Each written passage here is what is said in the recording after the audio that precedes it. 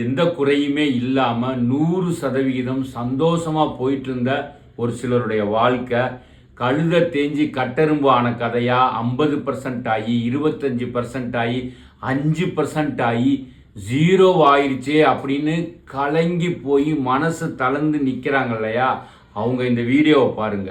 10, 9, 8, 7, 6, 5, 4, 3, 2, 1.